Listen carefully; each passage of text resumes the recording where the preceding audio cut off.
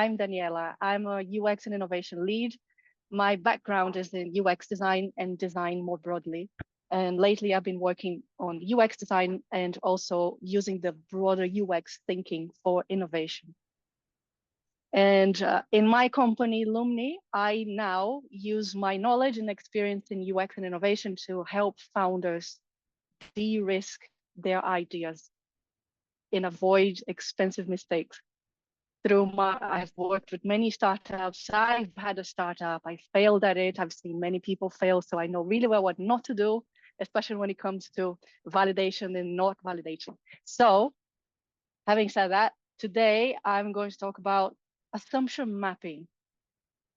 And I'm not just going to talk about it. I'm also going to show you how to do it. What is assumption mapping? Assumption mapping is a technique coming from lean startup and UX design. And it's a simple technique that helps you find the hidden beliefs in your ideas so that you can validate them properly. Not just because everything that we do, every venture that we have, every product, every feature, every service idea is baked in assumptions. And that is fine. But anything is baked on beliefs that you have about your customer, about the solution, about the market, about the value you're providing. And a lot of people, a lot of startups and founders end up failing, not because their ideas aren't good, but because they're not aware of the beliefs that are sustaining this idea, and make big bets in stuff that has very risky beliefs that, if are not true, lead to failure. So this technique of assumption mapping actually is assumption surfacing and then mapping them. Is something very simple that you can do with anything at any stage that will more likely lead you to success. Okay, I have an example here that I'm just gonna run through this example. I think that's gonna be easy. I'm gonna share my screen if that's okay. So we'll just get right into it. Can you see that? Okay, right. So you can do, this is like a very simple template that you can do. So step one is defining the idea. I have a pre-prepared example here. So for example, let's say that I'm a founder and I have an idea, an AI-powered mobile app that helps urban drivers quickly find and reserve available parking spots in real time using crowdsourced data and partnerships with car park operators. I mean, on paper is a pretty cool idea, right? You can see the problem. You can see that it has a use, especially if you drive in a city. Yeah, on paper is great. But then if you just rush to build something based on that, there's a lot of things that could go wrong. And this is where this assumption mapping can really bring value to it. So the first question, the bigger question that I'm trying to answer with this assumption mapping is, what must be true for this to work, for this to be successful? And let's go through each of the categories. So first we start with the problem assumptions. And when you think about the problem assumptions, you can think, what makes you, but we need to answer a few questions. So what makes you confident that this is a real problem, firstly? How do you know it's painful enough to need solving? And what will prove you wrong? See, these are like broader questions that you need to ask within these. It doesn't have to be exactly these questions, but yeah, what needs to be true about the problem for this to be successful? For example, in that idea, first assumption is that city drivers struggle to find a parking quickly. That is the first one, that it's a very obvious problem that people struggle with. Then you can say that people are frustrated enough by this to try new apps. So this is an assumption about, okay, people are actually looking for this, and this is a problem that is painful enough that people are actually searching for a solution for it. And then another one is parking search wastes significant time and fuel. So people are spending resources as a result of experiencing this problem enough that they're looking for a solution for it. So these are all assumptions about the problem itself. And these are just three very basic examples, but we could go further and further and further with it. Let's move on with the next one. So now we need to surface our assumptions about the customer, which are questions like who experiences this problem? What makes you sure that they do? And how do you know they're actively looking for a solution? So this is all about, sometimes our assumptions are based on data that we already know. Sometimes we experience the problem ourselves. Sometimes we believe that we do. But it's important to put that on paper. It doesn't matter right now whether you know that this is true or not. Just write down whatever it is that you think is true. So for example, about the example of the parking solution, we assume that your urban drivers, which is our customer, with smartphones will download and use a new parking app actually while driving, which is it's a major assumption. Because we are assuming that a mobile app is the solution, right? Mobile app, AI-powered mobile app. This is actually very common. People already think about a specific medium for that solution, but is that the right medium for it? I know we're talking about customers here because we're focusing on behavior. So the behavior is you urban drivers with a smartphone will download an app while driving. So there's so many things already in that sentence that you need to write it down. Car park operators are open to sharing live availability data. This is because part of the idea is that they're going to find available parking spots within car park operators. So we assume that, and then the complexity of the solution starts surfacing even more because now we need to assume that they are willing to get on board with this and share their live data with you. And people trust an app to handle location and payment info. This is about your customers and how much they trust your solution. You're assuming that there's a lot of trust that they're going to see something in there, they're going to pay for it, and then by the time they get there, they will actually find the spot that they saw. And as you can see, the more you talk about it, the more you can find other assumptions, such as, yeah, so let's move on to the solution because I think there's a lot there. Solutions assumptions. So with this, you're trying to answer questions like, why will your solution work for them? How will it solve their problem? And what makes it better than existing alternatives, if any, if there are any existing alternatives even? For example, AI and crowdsourced data, which is how we are assuming that it was a technology that we are assuming our app will work with, can accurately predict spot availability. So we're assuming that whatever is shown in the app by the time the person looked at it will be available when they get there, for example.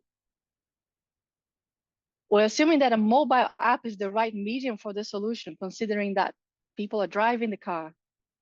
Is a mobile app the right solution for it? Will they really pick up a phone while driving? Will they stop? They need to stop to look if they need to stop.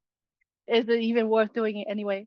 Anyway, and that users will take the time to update and check spot availability in the app. This is because a part of our solution is crowdsourced data. So we are assuming, so you can already see the complexity start appearing. So there is me who is looking for a parking spot.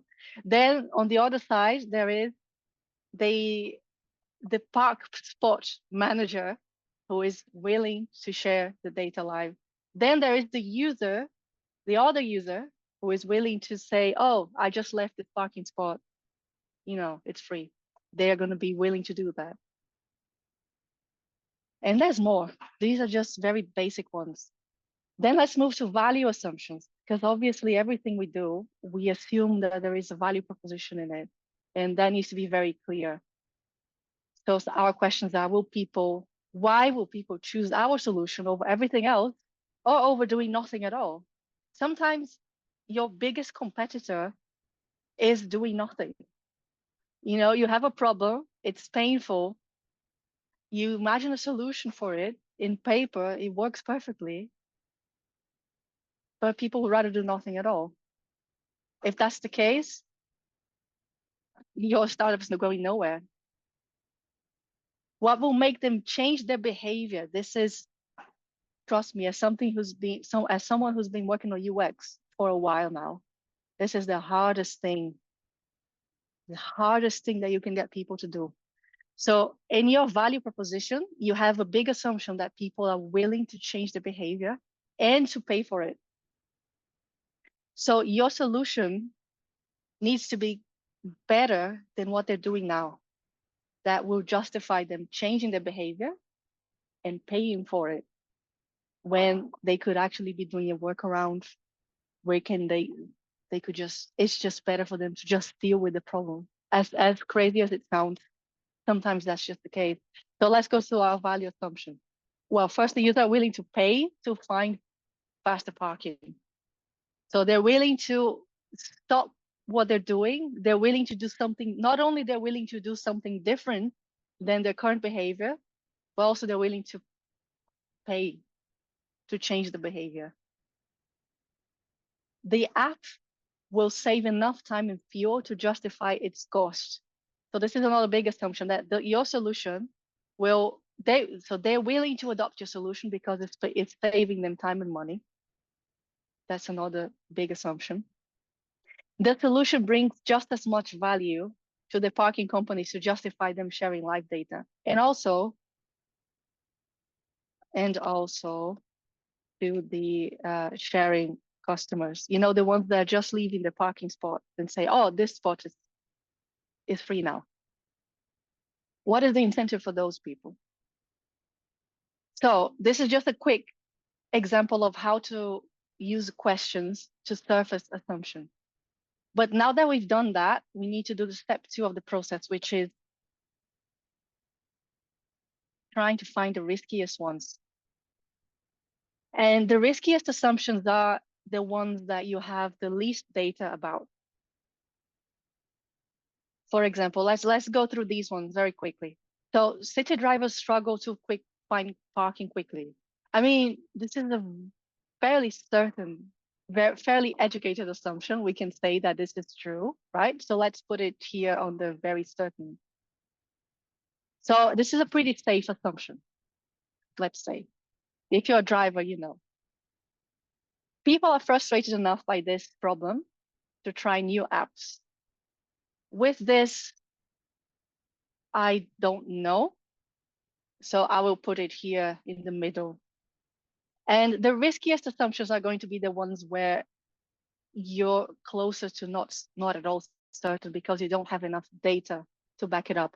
If it's something that you think is true, it's probably a risky assumption. If it's something that you know by experience or you've heard people talking about it, then that's probably a risky assumption you should prioritize.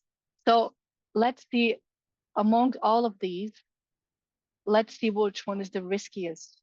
Okay, I think this one, let's do this one. This one is probably one of the riskiest ones, which is urban drivers with smartphones will download and use a new parking app while driving. Let's say that this is a risky assumption because it involves changing the behavior while driving. It involves taking action to download an app, be willing to pay to find an assumption, to find a parking spot. And then we could use this assumption to ideate already solutions to it or mitigation. For example, we could say, oh, we could embed it into the car. We could partner with the car dealers and embed it with the car. I don't know. We could start ideating more, but then we're only creating more risky assumptions because we're creating new ideas that have their own risky assumptions based on already the risky assumptions of the ones you didn't test.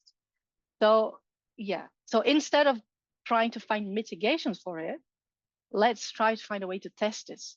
So, okay, let's say we're going to test this one. We identify this one as the riskiest, and let's draft a test. So we want to test by finding the smallest, fastest way to find out whether this is right or wrong. Because, yeah, so how would you go about testing this? What is the smallest, fastest way of finding out if this is true? Urban drivers with smartphones will download and use a new parking app while driving. Does anyone want to take a guess of how to test this? Could you look at the current market or similar apps and what their downloads are? You could do that. Yeah. That could be step one. So that will validate the market. So if someone's done it before, something similar, there should be a market for it. That's step one. Yes, I agree. That's stage one. What's next?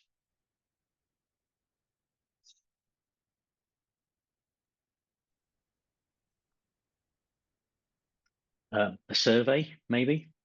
A survey. Okay.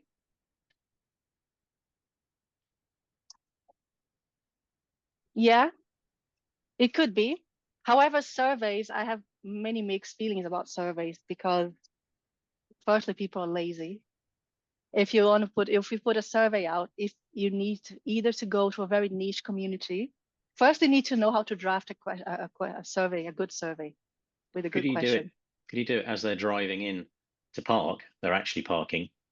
They've probably had a bad time doing it. You can just have the red or the green coins. That's good. Would an app have helped you? Would you have preferred to have an app to get you here? Yeah, this is smart because it gets people right when they're experiencing the problem. And actually, yeah, that could be a very good way to do it, because if I'm here just sitting in my computer and I see the survey, I'm like, yeah, whatever. I'm not really that fussed about it. But if I'm right experiencing the problem, that could be a very great time to ask someone just a one question. Yes, that could be good. Anyone else have any ideas?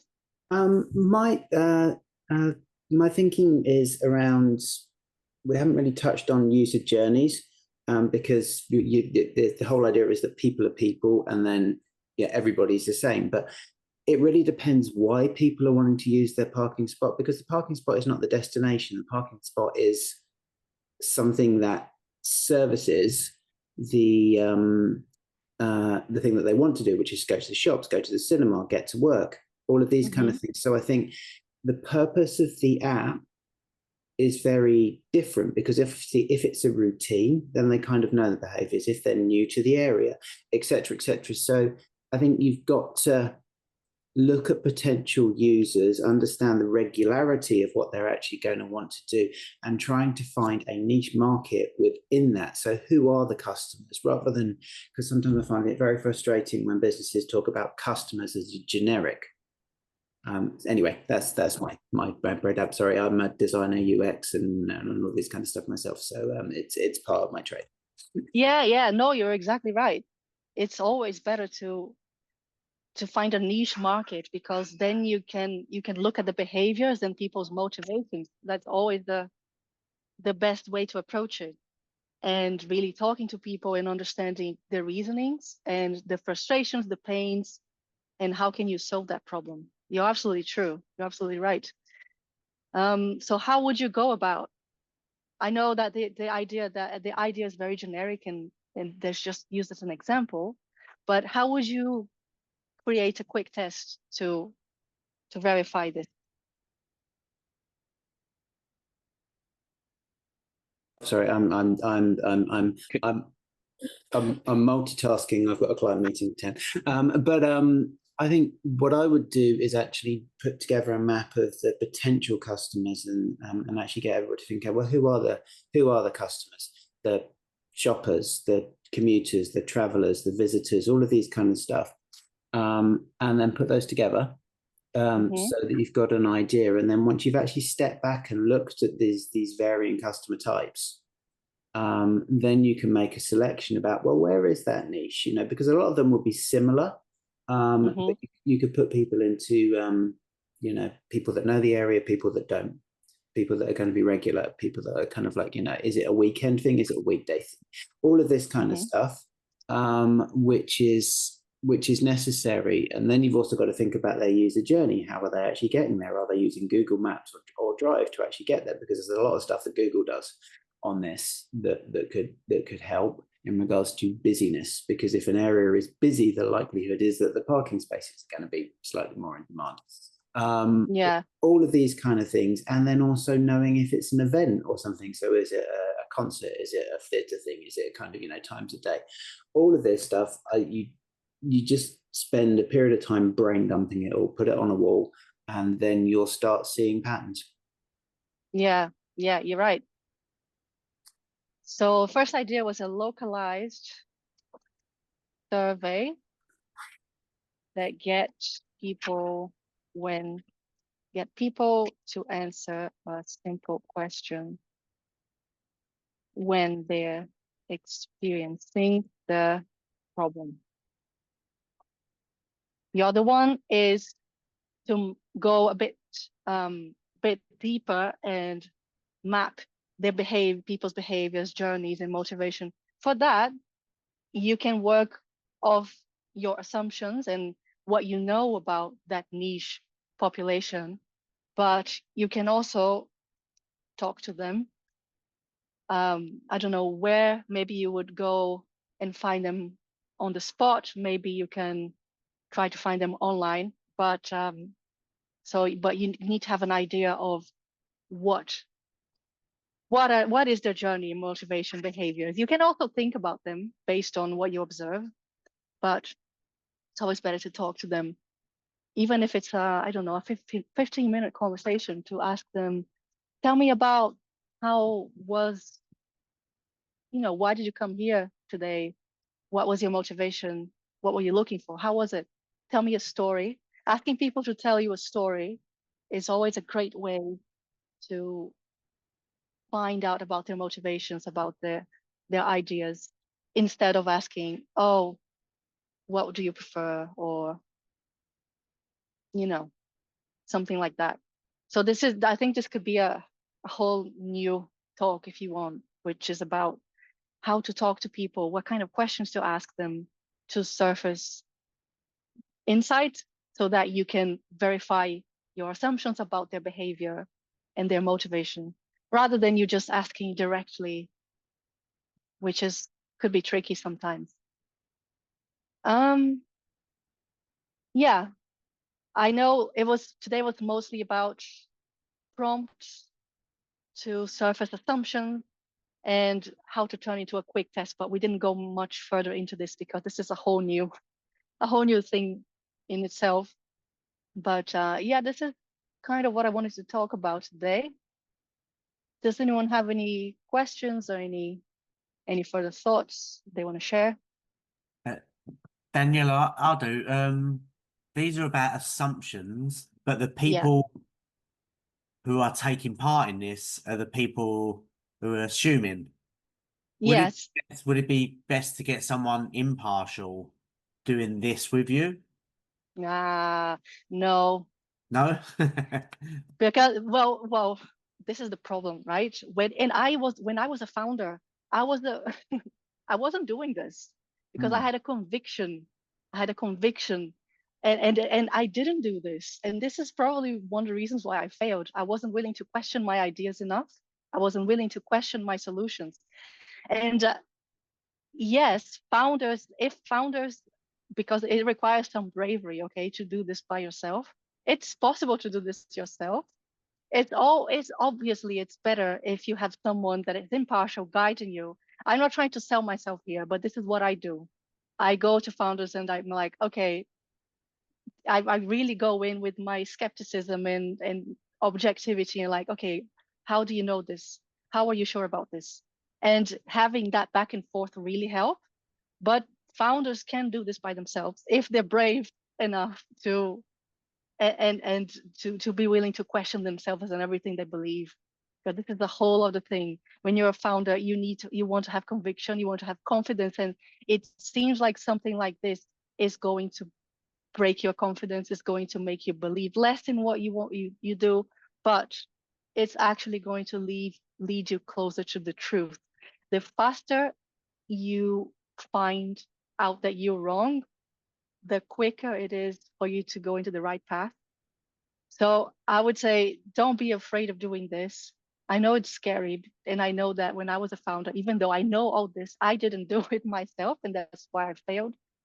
So yeah, I have tools that help founders do this on my website. I'm not trying to be salesy here. I'm just stating something. I have tools. I do have, this is what I do with founders. I help them do this one-to-one. But yeah, it is hard. I will say it is difficult, but it's possible as well.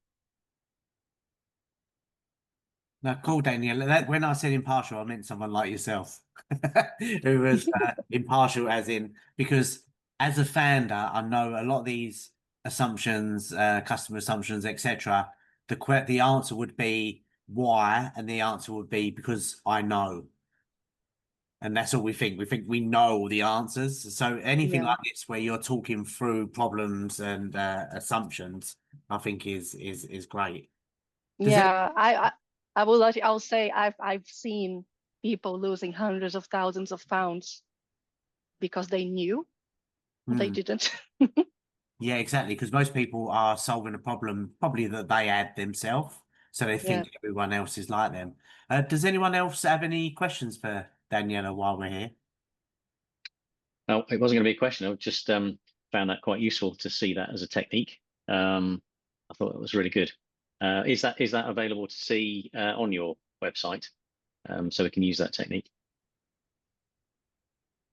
On my website, I have some Yeah. tools. I have some PDFs. There are some free PDFs there. They have some of this, but very simplified. I've got some other tools as well that are not free. That have this a little more in depth.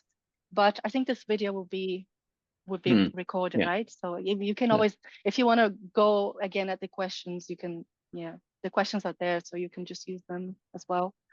Yeah, Daniela, we're Thanks very sharing much. your website with the links when we share the video as well. Great, thank you. Chris Finn, do you have any questions? I don't think so. Thanks, Daniela. That was interesting. Oh, sorry. I mean, I suppose sorry, one question I'd have, I mean, is, my business is a property development business, and we advise property owners on what they need to do to refurbish office buildings and things like that. So we're not really solving a problem, but we are providing a service that is an established service, and I suppose what we're trying to do is do that better than other people are. So it's not a novel idea. Do you see applications of this technique to businesses like that are not necessarily trying to break the mold or solve a problem, but just trying to provide an established business service in a better way? Yes, because if you're trying to do it in a better way, in a way that's a different way than what's established. So you have assumptions about what is better, right? So you can still use this technique and say, and you can state the beliefs of why you think this is better. For example, my service is better than the current way because this, that. Your, from my assumption right now is that your assumptions will be around value. So you're providing a better value than, you're trying to provide a different value proposition than others, even though you're trying to do the same thing. But if you assume it's better, then it's an assumption there. You need to find out what it is, and then you need to find out how to test it. Yeah, makes sense. Thanks. Daniela, I've got one more question. Is this sounds like I know this is about ideation and when you're starting out.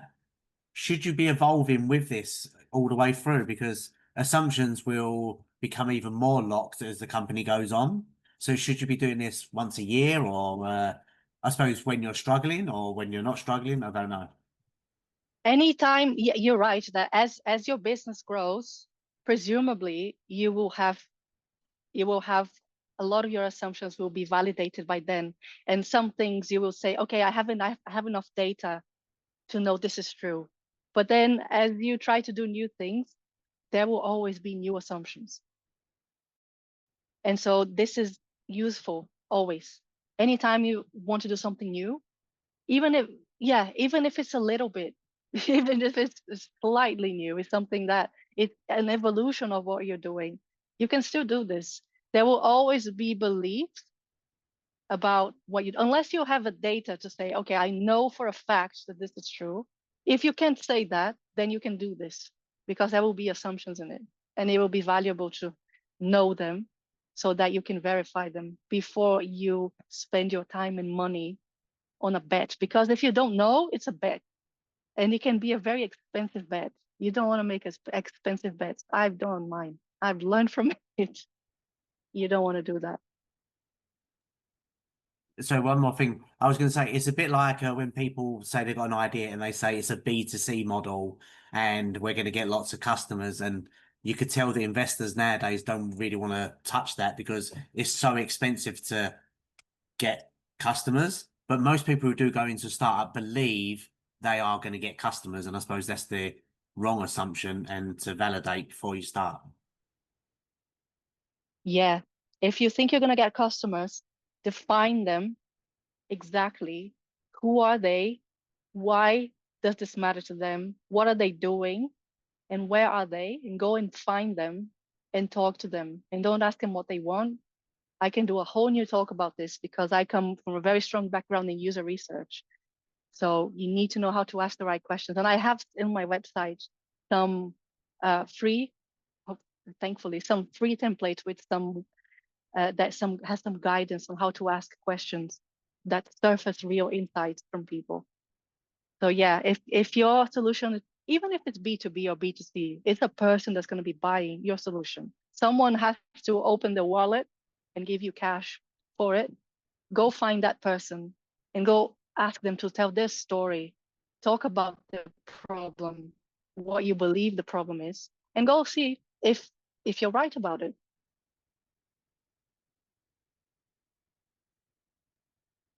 If there's no more questions, I'd just like to say thank you, Daniela. Really enjoyed that. I'm hoping there's going to be a part 2 that maybe we could do a few more future calls in the future, and we will share out on LinkedIn and the YouTube video review for content, etc. But just like to say thank you very much. Thank Yeah, you. thanks, Danielle. Very That's really enjoyable. good.